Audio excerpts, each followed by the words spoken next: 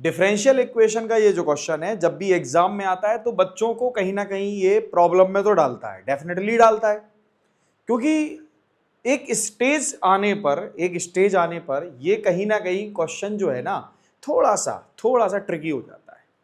उस ट्रिक को हमें जानना है और साथ ही साथ इसको सॉल्व कैसे करेंगे, इसका सॉल्यूशन कैसे लेके आएंगे, इसका जनरल सॉल्यूशन कैसे लाएंगे, ये जान लेते हैं बच्चों। देखो सबसे पहले यहां देखो, जो रूट के अंदर हमें 4 टर्म दिखाई दे रहे हैं, इन 4 टर्म्स में अगर हम पेयर के हिसाब से देखें तो कुछ कॉमन आ रहा है। जैसे यहां क्या कॉमन आ रहा है बच्चों, 1 कॉमन आ रहा है, जिसको हम लिख सकते हैं 1 + x², और यहां कॉमन आ रहा है y², मतलब 1 + x²। क्या मैं इस बात को ऐसे भी लिख सकता हूं, -xy dy/dx। ठीक है, अब यहां देखिए आप, इन दोनों पेयर में 1 + x² कॉमन है, 1 + x² कॉमन है, और यहां क्या बचेगा 1 + y²। ठीक है, ये बात सबको समझ में आ गई होगी। ये रूट के अंदर -xy dy/dx। अब आप सोच रहे होंगे कि अब क्या करें, है ना, अब क्या करें। देखो ये जो रूट है ना, ये दोनों पर है और दोनों के दोनों प्रोडक्ट में है, यानी कि मल्टीप्लाई में है। तो हम रूट सेपरेट कर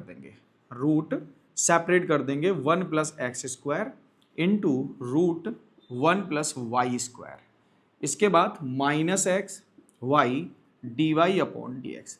अब हमारे पास देखा जाए तो x का फंक्शन और y का फंक्शन दोनों सेपरेट हो गए। क्या करेंगे भाई, dx को x के फंक्शन के साथ लाएंगे, 1 + x² dx अपॉन ये जो दिख रहा है x। ठीक है, साथ ही साथ ये जो y का फंक्शन है ये y के पास जाएगा, यानी कि dy के साथ। सो ये आ जाएगा आपका y/dy 1 + y² एंड माइनस। अब देखो जब ये dy/dx आएगा तो इंटीग्रेशन का साइन भी लगेगा। ठीक है, इंटीग्रेशन का साइन भी लगेगा। अब हमें जनरली क्या करना है बच्चों, इनको इंटीग्रेट करना है। ये तो आसानी से इंटीग्रेट होता है, अगर मैं इसको t कंसीडर कर लूंगा तो ये रूट में चला जाएगा और y dy हमारा जो है वो dt के साथ मिल जाएगा। ठीक है, dt में मिल जाएगा। या फिर एक काम कर लेते हैं, इसको u कंसीडर कर लेते हैं और इनमें से किसी को t कंसीडर करेंगे। अब आप इसको सोचेंगे कि इसको सॉल्व कैसे करें, x को स्क्वायर बना के डिवाइड कर दें कि x को कुछ कंसीडर कर लें, 10 कंसीडर कर लें। ऐसा कुछ भी नहीं करना बच्चों इस क्वेश्चन में, ऐसा कुछ भी नहीं करना। जब भी बच्चा इस क्वेश्चन में आता है और जब भी उसको प्रॉब्लम आती है तो इसी पार्ट में आती है।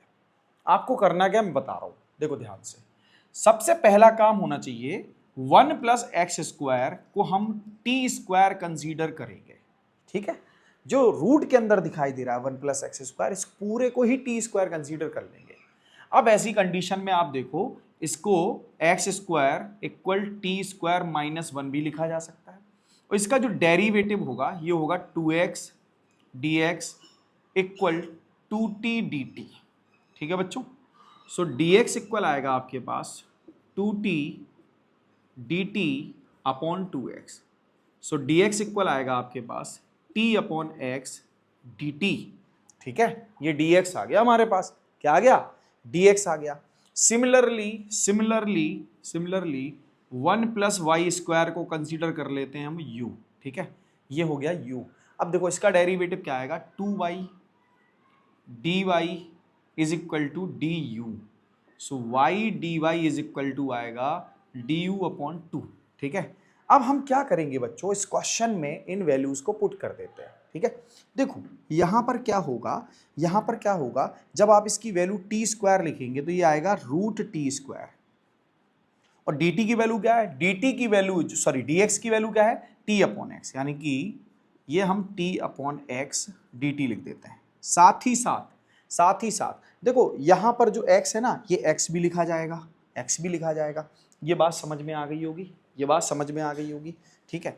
और इक्वल में क्या होगा, माइनस, देखो y dy की वैल्यू क्या है, du/2, तो इसको क्या लिखा जा सकता है, -1/2 du/2, यानी कि 2 हो गया, साथ ही साथ ये आ जाएगा रूट u। ये बात समझ में आ गई होगी। अब कह रहे होंगे सर कैसा फंक्शन है, x के फॉर्म में और t के फॉर्म में, दोनों में है, तो इसको थोड़ा सा चेंज कर लेते हैं। ठीक है, इसको थोड़ा सा चेंज कर लेते हैं। कैसे चेंज होगा, ध्यान से सुनो बच्चों। ये देखो, ये t² रूट के अंदर है तो ये t ही लिखा है, t का मल्टीप्लाई t से होगा तो क्या आएगा, t², क्या आ जाएगा, t²।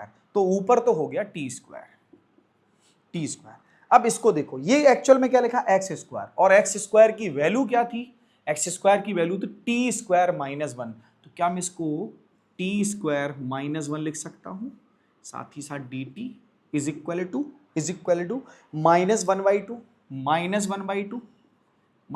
To, one upon root x का इंटीग्रेशन क्या होता है sorry, one upon root x का इंटीग्रेशन क्या होता है, टू रूट एक्स, क्या होता है, टू रूट एक्स। तो भाई वन अपॉन रूट यू का क्या होगा, टू रूट यू प्लस सी। ये बात समझ में आ गई होगी, ठीक है, ये बात समझ में आ गई होगी।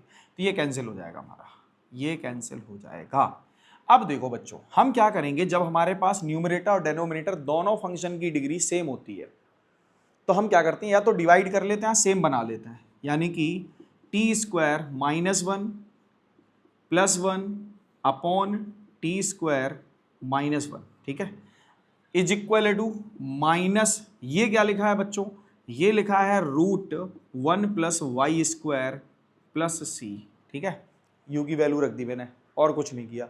अब इसको ऑब्जर्व करें, आप इसको ऑब्जर्व करें, जब टी स्क्वायर माइनस वन को टी स्क्वायर माइनस वन से डिवाइड करेंगे तो क्या आएगा, वन, क्या आएगा, वन, और ये वन अपॉन, ये आएगा one upon t square minus one d t is equal to, या यहां पर प्लस में भी लिखा जा सकता है, root one plus y square equal c. यहां तक बात समझ में आ गई होगी, थोड़ा सा क्वेश्चन और रह गया, आराम से पेशेंस के साथ समझो, आ ही जाएगा, ठीक है। इसका स्क्रीनशॉट ले लीजिए ताकि मैं थोड़ा स्पेस क्रिएट करूं और इसको सॉल्व करूं।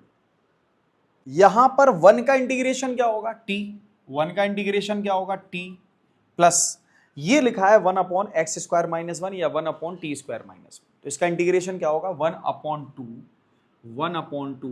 Log t minus one upon t plus one modulus, ठीक है, साथ ही साथ प्लस में क्या लिखा है बच्चों, प्लस में लिखा है हमारे पास root one plus y square equal c, ये हो गया, ठीक है।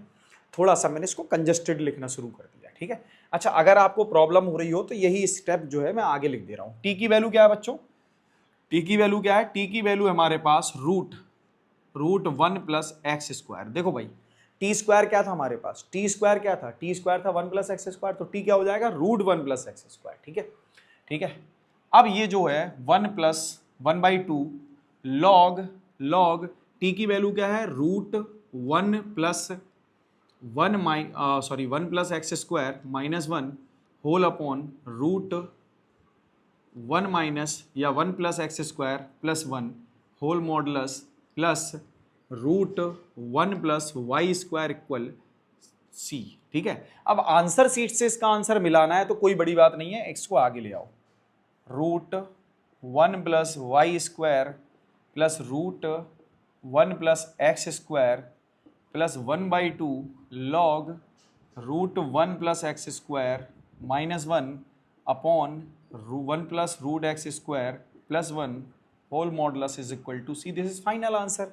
सो बच्चों, अगर समझ में आ गया हो, आपको भी समझ में आ गया हो, तो वीडियो को लाइक करें, चैनल को सब्सक्राइब करें, साथ ही साथ बेल आइकन को जरूर दबा लें ताकि ऐसे ही क्वेश्चन आपको डेली मिलते रहे। Thank you.